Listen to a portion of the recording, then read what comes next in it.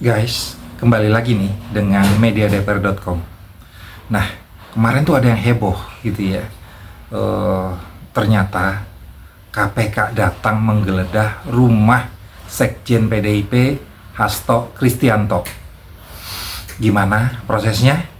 Yuk, kita lihat cuplikan videonya. Mas Hasto, kemana sih? Sampai PDIP malu nanti kan gara-gara Anda masih sekjen loh. Tapi KPK datang ke rumah ngegerebek. Ya orang semua kan tahu. Udahlah, keluar aja, jangan malu-maluin lah. KPK melakukan penggeledahan di rumah Hasto Kristianto yang terletak di Bekasi, Jawa Barat. Hasto merupakan salah satu tersangka dalam kasus suap pergantian antar waktu anggota DPR. Bagi tersangka, maka penyidik bisa mengeluarkan surat perintah penangkapan. Ya, saya pikir Saudara HK dalam beberapa kesempatan sudah menyatakan beliau akan taat terhadap prosesnya. Partainya juga akan menghormati prosedur dan proses hukum yang sedang berjalan. Guys, sudah dengar kan? Jubir KPK Tessa Mahardika itu berkomentar guys, ya. Kalau panggilan berikutnya gitu ya, Hasto tidak merespon dengan baik, ya kan? Atau masih menghindar, maka tidak menutup kemungkinan Hasto akan dijemput paksa guys. Nah, ayo Mas Hasto. Kemana nih Mas Hasto? Datangin dong Mas Hasto, Anda seorang sekjen loh. Saya bilang kalau Hasto itu ditangkap saya datang, ya saya nggak bohong. Kenapa? Saya ketua umum, bertanggung jawab kepada warga saya. Dia adalah sekjen saya. Mulai saat itu saya akan kejar koruptor-koruptor itu.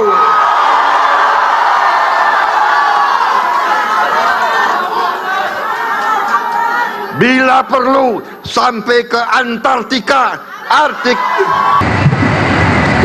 Pak Prabowo, presiden yang merupakan kebanggaan kita, saya, rakyat Indonesia, yang memang berharap banyak kepada Pak Prabowo untuk segera Bapak mengeluarkan Perpu terkait dengan daruratnya korupsi di Republik yang Bapak pimpin ini. Bang Muara, bincang-bincang lagi nih kita Bang, ya. Kemarin heboh tuh Bang, heboh banget gitu ya. Awak media pada berlomba-lomba mengejar berita Bang, bahwa KPK sedang melakukan penggeledahan Bang di rumahnya Hasto Kristianto, Sekjen PDIP Bang. Heboh Bang, bener-bener heboh. Rumah itu dijaga satgasnya dari PDIP, tapi KPK juga membawa beberapa anggota polisi juga nih guys. Ya. Nah, Bang Muara, sudah tahu belum nih kasus penggeledahan rumah Hasto Kristianto kemarin Bang? Viral loh Bang. Gimana menurut Abang? Ya, saya mengikuti ya berita mengenai Mas Hasto dan prihatin sampai rumahnya pun digeledah. Kenapa? Karena Hasto sebagai politisi orangnya tidak sportif, jelas-jelas tidak membanggakan, ya. Nah, saya pikir memang karena merasa besar, karena memang ada selalu di ketiaknya ibu. Jadi kalau sampai rumah digeledah itu kan semua orang melihatnya jadi negatif, ya. Nah, saya pikir udah keluar aja Mas Hasto, nggak usah sembunyi, hadapin. Pasti kan kebenaran itu akan benar. Kalau memang itu benar, jangan jadi bola liar, jadi provokator. Apalagi ada Koni yang semua orang pun tahu siapa dia kan senang ada rame ribut, terus dia langsung wawancara di podcastnya siapapun, dia pasti menyerang pemerintah. Ya kan kita udah tahu posisinya Koni seperti apa. Katanya ada dokumennya Hasto yang dititip di Rusia, bener itu. Terus Rusia bisa apa dengan Indonesia? Kan nggak juga. Dan Putin itu nggak sempat baca-baca, ataupun mungkin disimpan aja di sana di lemari di tempat tinggalnya Koni, yang konon katanya dia guru besar di universitas terbesar di Rusia. Ya itu kan kata dia. Ya, jadi saya sampaikan Mas Hasto udahlah keluarlah, kita dukung Mas Hasto untuk menghadapi itu semua, apakah benar atau tidak. Jangan gara-gara mau menyembunyikan Harun Masiku, diri sendiri akhirnya terseret-seret dan akhirnya sembunyi juga. Jadi dua deh nih yang dicari-cari KPK, Harun Masiku sama Anda. Waduh, gimana? Jadi udah, kalau saran saya keluar, supaya apa yang memang menjadi pertanyaan, apa yang menjadi teka-teki, semua bisa dijawab dengan keterangan Anda. Kalau Anda memang salah, pasang badan, kan itu kan udah memang kewajiban hukum mengaturnya seperti itu. Nah, memang periodenya Pak Prabowo ini fokus utama adalah pemberantasan korupsi, ya, nggak main-main, ya. Jadi koruptor itu sampai ke benua Antartika akan dikejar. Kita lihat nanti, ini kan belum 100 hari kerja beliau kan, nanti sesudah lewat 100 hari baru semua dibenahin satu-satu. Rakyat ini tidak boleh miskin di negara kaya. Rakyat ini harus menerima pendidikan sesuai dengan umurnya, ya. Jadi jangan membodoh-bodohin rakyat. Wakil-wakil rakyat itu harus membuat konstituennya pintar. Nah, mulai tadi kan udah program gizi untuk anak-anak bangsa sudah mulai berjalan dan sangat bagus, positif, ya. Nah, inilah yang memang Prabowo ke depan itu jauh melihat ke depan, bagaimana bangsa ini keluar dari kemiskinan, keluar dari kebangkrutan yang dikorup oleh para koruptor. Nah, memang saya juga berharap sebagai praktisi hukum, berharap memang untuk meninjau ulang hukuman bagi para koruptor, ya, dan dibuat undang-undang perampasan aset para koruptor. Nah, kalau enggak, Pak Presiden keluarkan aja Perpu biar berjalan, daripada nunggu-nunggu Senayan tidak kunjung tiba. Itu barang katanya kan sudah ada di Senayan, sudah ada di balik, cuma tidak pernah dibawa, tidak pernah dibahas. Nah, itu kan kalau itu sudah jalan, saya pikir berangsur-angsur negara ini akan menjadi bangkit, ya, bangkit dari keterpurukan. Nah, itulah yang Pak Prabowo selalu dengungkan, bahwa jangan coba-coba mencuri uang rakyat. Hasto ini gimana sih Bang? Ya kan? Sudah dipanggil KPK tidak hadir Bang, gitu ya. Terus rumahnya digeledah KPK, nggak hadir juga Bang, gitu loh. Gimana nih Bang? Padahal dia kan berstatement tuh Bang, ya kan? Bahwa dia taat akan hukum Bang. Ya. Tapi kalau kondisi kayak gini gimana coba Bang, ya kan? Dia itu kan sekjen Bang, itu kan cerminan Bang, gitu ya. Cerminan dari partainya Bang, gitu ya. Terus cerminan juga kepada anggota-anggota partai Bang, gitu ya. Kalau pemimpinnya seperti ini gimana nih Bang, gitu ya. Aduh, lain di mulut, lain di hati gitu Bang, ya kan? Gimana nih Bang? Harus gimana nih Bang? Apakah mungkin nanti KPK akan menjemput paksa nih Bang? Gitu. Gimana nih Bang menurut Abang? Sekarang ini kan kalau tadi saya ikutin, Hasto minta dijadwal ulang. ya mungkin nggak dipanggil lagi untuk yang ketiga kali, nggak juga harus dijemput paksa, dia akan mendatangi KPK, akan mempertanggungjawabkan apa yang menjadi sangkaan tuduhan KPK terhadap Hasto, baik itu Harun Masiku maupun yang lain-lain, katanya ada bukti-buktinya. Jadi saya sarankan keluar aja, hadapi semua ya, karena KPK juga bukan siapa-siapa.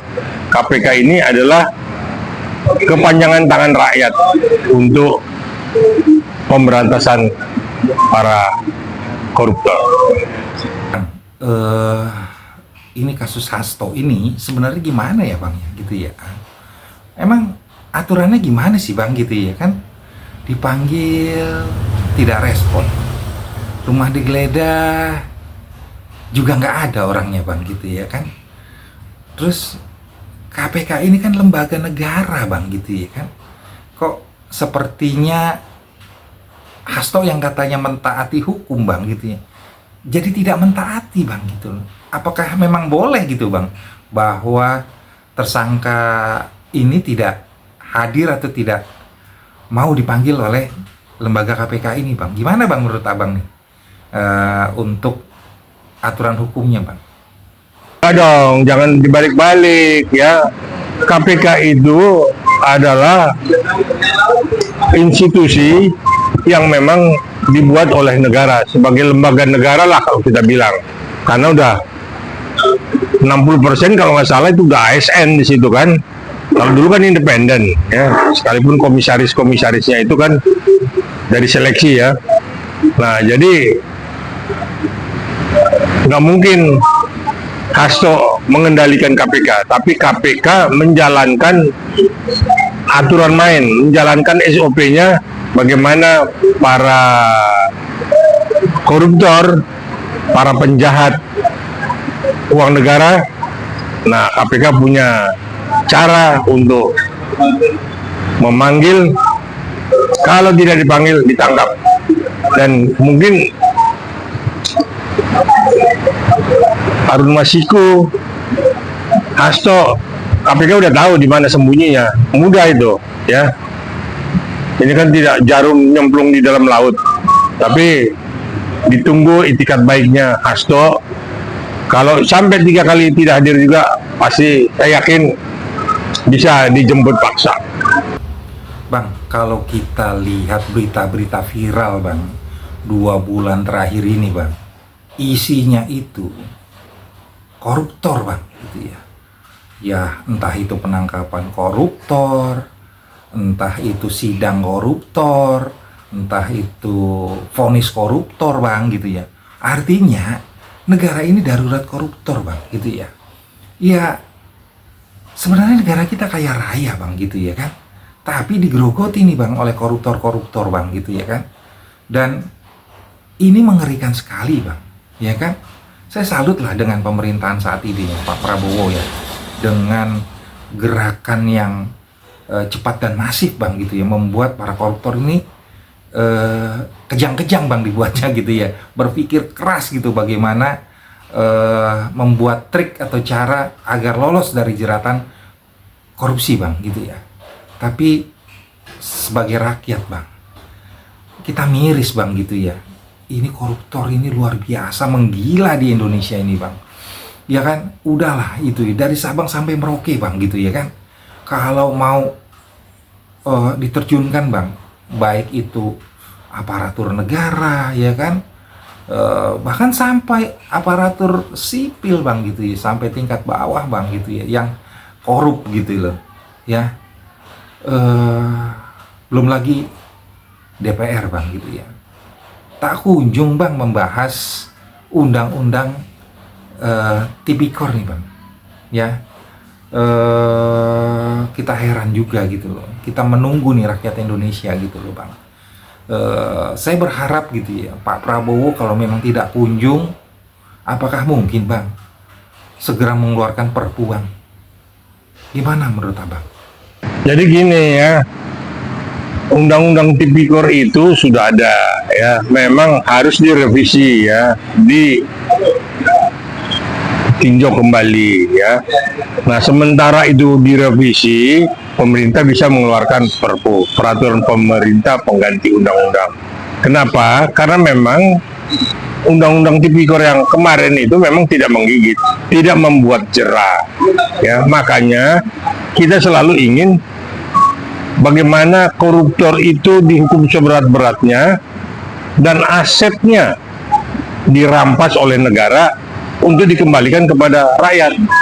Nah, ini nggak main-main gitu. Jadi Perpu ini harus, karena mendesak. Kalau kita bilang sekarang kita darurat koruptor ya, darurat korupsi ya. Nah, kalau kita belajar dari negara Cina, belajar dari negara-negara lain, kita lihat kan hukumannya berat, bahkan dihukum tembak, hukuman mati. Nah, di kita kan enggak, 3 tahun, 4 tahun. Kita lihat kemarin, Harvey Muiz, 6,5 tahun. Media, ini media nih, pura-pura nggak tahu, 6,5 tahun. 2 tahun dijalanin pun juga pasti udah ada di luar lagi. 271 triliun. Kita bilang 300 triliun. Ini nggak main-main loh, ya. Nah, maunya itu kan dihukum.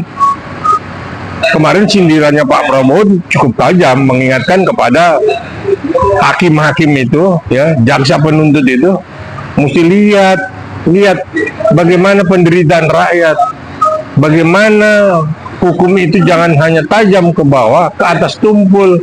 Pencuri sendal, pencuri kayu dihukum 3-4 tahun, sedangkan 300 triliun digelapkan oleh Harvey Muiz hanya 6,5 tahun dari tuntutan 12 tahun. Nah, ini kan mengecewakan sekali, membuat rakyat ini sakit ya, membuat pemerintah pun, Pak Prabowo pun merasa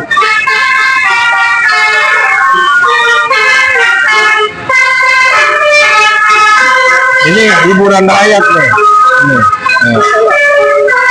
Kalau hiburan rakyat yang nggak punya duit ya begini nih, dengan klakson yang bervariasi ya.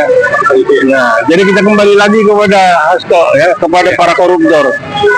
Kita mendukung, rakyat mendukung penuh kalau Pak Prabowo mengeluarkan perpu untuk mengejar para koruptor dan menindaknya dan menghukum seberat-beratnya. Nah, dulu kan ada wacana Pulau Nusa Kambangan itu mau dijadikan tempat penampungan para koruptor, tapi tidak jadi. Nah, sekarang jadikan aja, taruh buaya di pinggir-pinggirnya. Kalau dia lari kan dia dimakan buaya. Nah, itulah, jangan sampai nanti rakyat sendiri ngedor rumah orang-orang yang kaya itu, ya, yang dia tahu uang itu dari hasil pencurian, dari hasil korupsi. Nah, akhirnya kan rakyat mengadili para koruptor. Nah, ini yang memang rule pemerintah harus jalan. Jadi semua kita kembalikan lagi kepada penegak hukum. Cuman jangan penegak hukumnya juga jadi bengkok. Nah, ini kan oknum kejaksaan, oknum kepolisian, oknum di pengadilan, benteng terakhir di Mahkamah Agung, bobol semua, maling. Ya. Nah, itulah yang memang harus pemerintah tegas. Ya, jangan rakyat yang tegas, pemerintah yang tegas. Nanti kalau rakyat yang tegas repot. Pemerintah tegas tunjuk gigi bahwa negara ini mesti bersih dari sarang koruptor. Nah, Bang Muara, tadi kan abang bilang seandainya darurat koruptor, Bang, Pak Prabowo kan bisa mengeluarkan perpu ya, Bang, ya, tentang tindak pidana korupsi, Bang, ya kan, yang meresahkan rakyat Indonesia, Bang, gitu ya.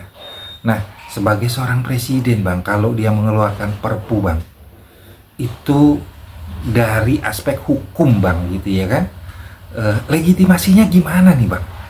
Kuat atau tidak, Bang, gitu ya kan, biar rakyat Indonesia mendengarnya tuh enak gitu loh, Bang, ya kan.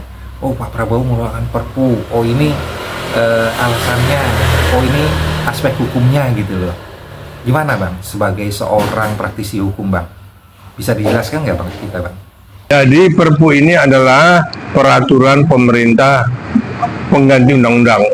Ketika memang pemerintah melihat undang-undang tidak jalan, memang temporary, tetapi pemerintah mempunyai legal standing untuk mengeluarkan perpu yang memang perpu ini akan menggantikan sementara sambil merevisi undang-undang itu. Jadi mempunyai hak prerogatif presiden untuk mengeluarkan Perpu. Tidak bisa ditolak, itu harus dan kebutuhan itu ketika negara dalam keadaan darurat, yaitu darurat korupsi. Bang, Bang, seandainya gitu ya, memang Pak Prabowo gitu loh, akan segera mengeluarkan Perpu, Bang, tentang tindak pidana korupsi, Bang, yang sudah meresahkan rakyat Indonesia nih, Bang, puluhan tahun, Bang, gitu ya kan. Aduh, pastinya saya salah satu rakyat Indonesia dan rakyat Indonesia secara keseluruhan, Bang, gitu, akan mendukung, Bang, gitu loh ya, Perpu tentang tindak pidana korupsi, Bang, karena sudah, waduh, sudah masif, Bang, korupsi di Indonesia, Bang. Bener nggak, Bang?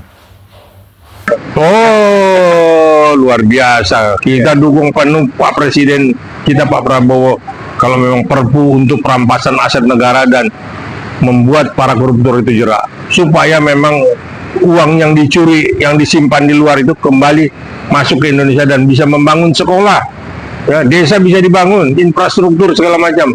Enggak kita mau bangun jalanan mesti cari pinjaman keluar, uang itu aja ditarik semua. Apalagi uang BLBI kan belum selesai nih, ratusan triliun juga, ribuan triliun bahkan, itu tarik, pakai untuk pendidikan, pakai untuk sarana-sarana masyarakat, bagaimana supaya memang masyarakat bisa maju. Nah, saya pikir itu kita contoh lah di negara-negara maju, ya, benar-benar rakyatnya itu adalah yang utama, tulang punggung negara. Balik lagi ke Hasto nih, Bang, ya. Sebagai seorang pengamat politik, sebagai seorang praktisi hukum gitu ya, Bang, punya nggak nih, Bang, gitu ya kan, saran, Bang, gitu kepada Hasto Kristianto selaku Sekjen PDI Perjuangan yang saat ini gitu loh sedang terjerat kasus korupsi, Bang, di KPK, Bang, karena statusnya Hasto sudah menjadi tersangka, Bang.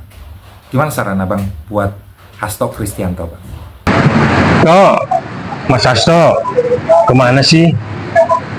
Sampai PDIP malu nanti kan gara-gara Anda masih sekjen loh. Tapi KPK datang ke rumah ngegerebek. Ya orang semua kan tahu. Udahlah, keluar aja, jangan malu-maluin lah. Kalaupun memang nanti tidak ada yang mau membela you, saya dengan teman-teman pasti akan bela you. Tapi keluarlah, pertanggungjawabkan apa yang memang yang harus dipertanggungjawabkan oleh Mas Hasto. Keluar ya, kita dukung Mas Hasto ya. Tapi serahkan diri, jangan sampai nanti ditangkap jemput paksa. Terima kasih.